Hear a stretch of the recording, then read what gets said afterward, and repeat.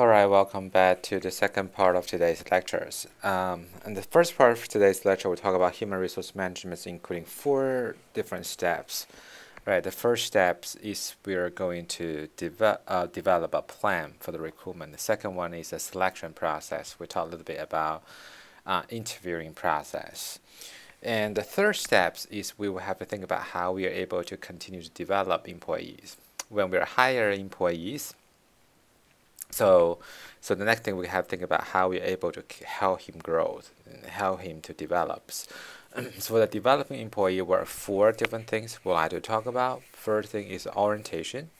Second thing is about training. Third thing is about performance evaluation. The last thing is about rewards, compensation, and benefits. So when you hire persons, the people start coming to work. First thing you have to do is about your orientations. Right, think about the first thing you did when you come into university is orientations. Think about what kind of things you did during the orientations. During the orientations, maybe some of faculty explain a little bit about how you be able to succeed in college. Right, maybe people talking about what the basic rule and policies that you have to follow in universities. Right, so they help you to understand a little bit about the organizations. Maybe you also had a little training about how to use Canvas systems, right? So those are the things that we have to do. So what's orientation? Orientation is basically to introduce new employees to the organizations. We help them to understand about the organizational cultures and also help them understand a little bit more about their jobs. So during the orientation, we have to communicate with the new employees about our organization's mission and vision statement, help them to have a better understanding about their job task and the responsibilities, help them to understand about standing plans, those including policies, procedures, or rules. Right. So for instance, if employees want to have a business trip, so how can he or she got this payment reimbursed, right? So this is the procedures they have to know about it. So when an employee start working, so he may need a new requirements, softwares, who will be the right person for them to reach out to, right? So those about the procedure and rules they have to know and follow. And sometimes we also show them a little bit about the facilities. Help them understand a little bit about where each of the department is located, right? So this is about the orientation. Continue to talk about orientation. We have organizational orientation or departmental orientations. For the organizational orientations, normally has been mainly organized by the HR specialist, right? HR specialist, and this time will help you to explain a little bit about like I-9 phone. Have anyone heard about I-9 phone? So I-9 phone shows whether this person's is eligible to work and got hired for the employments in the United States. So you have to complete about this. Second one is the W4 form, right? W4 form for some students who's about to graduate next semester. When you start working, so you have to fill out a W4 form. W4 form is basically have the employees' permissions for withholding these allowance certifications. So if you start working, if you find a job here in Ohio, you have to pay tax, right? You have to pay state tax, you have to pay federal tax, you also have to pay local tax. Right, and a lot of time you also have to pay security tax and Medicare's, right? So all these monies will be withheld by the organizations. So setting up these funds, basically you allow the organization to withhold this money, and they help you to pay out all those things that you have to pay for.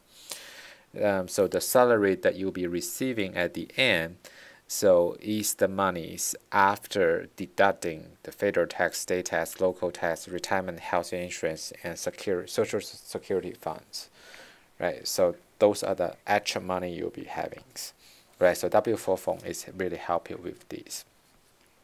So HR also will help you with the benefit enrollments, right? Benefit enrollment including the health enrollments. So are you going to, your health plan is going to cover your own person or your whole family, or you and your wife, and or you're with one of your dependents. So this is very different. And also whether you have any other retirement options, and will be life insurance. So will the organization that you'll be working with cover your life insurance? So those are different types of benefits that will help you with the enrollments. Everyone have different options, right? So this topic is basically related to every employees, every new employees. So normally, you HR departments will organize different kind of trainings, letting people to know how they're able to deal with these. The second one is about departmental orientations. So departmental orientation normally handled by the new managers. They cover the topic more related to your jobs to let you know a little bit about what you have to do on the on the daily basis, and also they are going to assess your performance based on these things that have been communicated with you, right? This is about orientation. Second part is about training and development. Training is about updating the skill necessary to perform the job. Developing is an ongoing education that improves skill for present and future jobs. So when the people got hired, so they possibly have a very little knowledge about these jobs and have very little knowledge about how to use the systems for the organization. So we have to go and provide some of the training to help them understand all the requirements and help them to start with their job easily. So for instance, right, the very basic training possibly teach people how to use the Wi-Fi in the organization, right? So what's the password for using the Wi-Fi, and right, so those are very basic. About training, we have off-job trainings and also we have on-the-job trainings. Off-the-job training normally conduct away from the website, often in a classroom setting. So some organizations, they will pay out employees tuition fee and support them to go back to university to accept educations. Like my friend who worked for AT&T and worked for US Bank, so they told me like their employee actually encourage them to go back to university to take some courses to improve their skills. So they're going to cover those courses. So those are like off-the-job training. We also have a lot of like on-the-job training. So on-the-job training is done at the work site with the same resources that every employee use to perform their jobs. So for instance, when I got hired here in Miami, our HR departments require us to complete a Title IX trainings within a month, the first month. So when we got here, we have to complete these very, very long, like 4-hour Title IX trainings on our computers. The trainings takes forever. So a lot of time, in order to make sure that we actually watch the video they provide, so they won't allow us to change the setting when we're using the computer. So basically every time we say, can I skip that videos? So as long as I touch my mouse, the computer, the video will stop there automatically. So it forces us to watch the entire videos and have a better understanding about these concepts. So those are like on-the-job trainings. Right, there are some other training methods here we're going to briefly introduce. Like we have a written material. For instance, if you want your employee to know a little bit about the rule and policy, provide them a written material, it will be easier. Sometimes we could give them a guest lectures, help them to understand a little bit about the procedures. We're also using online training. Sometimes we cannot communicate with each of them one by one, we just provide online trainings and then everyone can have the opportunity to learn about this. Right, and we can use a program learnings if the employee will have to learn a new software. So having a program learning can really help them to master how to use this software. Right, and also we're using interactive videos is also the good way for us to help them to master some of the basic skill. And also job rotations is you give them the opportunity to work at the different roles and help them to understand about what the responsibility for the other roles, and then when they come back to his initial role, he's more likely to contribute to the organization and know better how he's able to collaborate with other co-workers, right? So this is about training and developments. So performance appraisals is talking about we have to provide evaluation to every employee. So we have to know whether they are doing a great job or not, right? So that including job review and agreement. So when we conduct performance appraisal, we're gonna look at the job review first, right? We normally develop standards. So if you meet the standards, and then you're fine. If you're not meeting the standard, we have to talk about why you didn't meet the standards and how we can improve.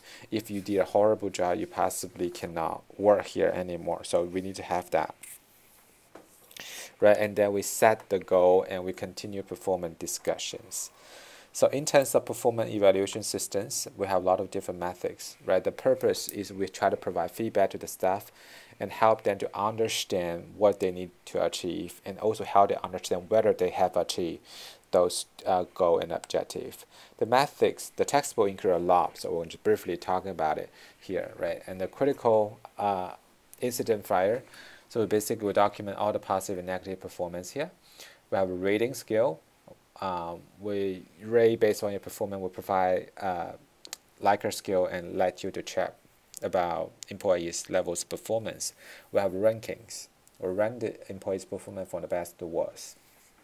Speaking about rankings, sales departments always like to use rankings, right? Who's the best sellers, right? Using ranking to motivate people. And also we'll have a management by objective. So we create objective for each of the roles. And then we periodically evaluate his or her performance. Narrative is we're going to write a statements. Manager normally write a statement about employees' performance, indicating their strength and weakness. Right. So this is performance evaluations systems. And when we're done with the performance evaluations, the next topic we're going to talk about it is retaining employees.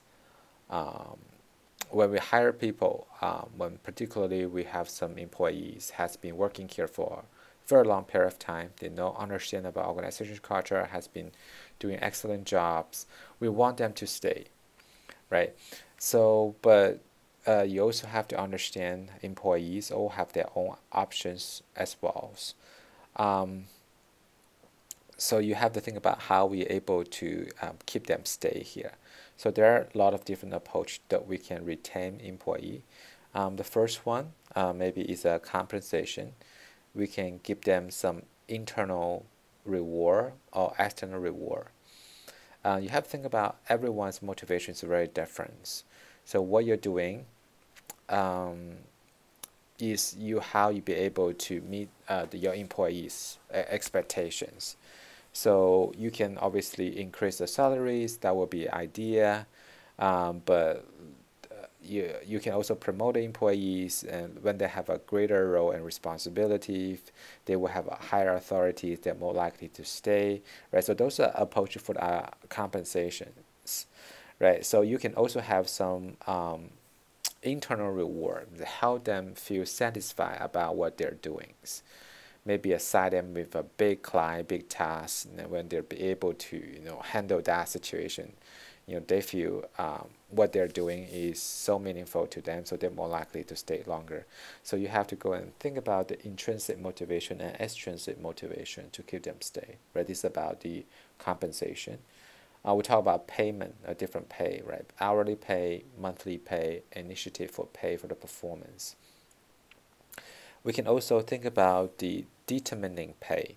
Determining pay is determining how much each employee may, right? So sometimes, normally it's the same position should get paid the same, but a lot of time we are also give them the bonus based on their performance, although the people may be working at the same positions, but maybe they have a very different performance, so we have to award them as well. So a lot of business, they do have an annual bonus they can give away to the employees at the end based on their performance, right? And we also have some benefits where we talk about this health benefits and the safety benefits, life insurance, health insurance packages, right? So those are also the things that you may be able to retain the employees. Right. So those are the thing we're talking about, how we can retain the employees. The one last thing we'd like to talk a little bit about retaining employees is about employee incentive plan. So if some of you in the future had the opportunity to work for a high-tech company, so they're on the stock markets. So in order to retain these employees, so this company normally will give them the stock uh, from the organizations, so let you feel like you have the ownerships towards the organizations, and then you can also have some financial benefits from that. So that is how you retain the employees. We also have to know one thing is that's not a perfect job to every employees. That's not perfect organizations. Employee comes and goes. It's something we cannot stop, right? We cannot prevent that from happenings. So a lot of time when an employee is not qualified, we might have to determine their contract.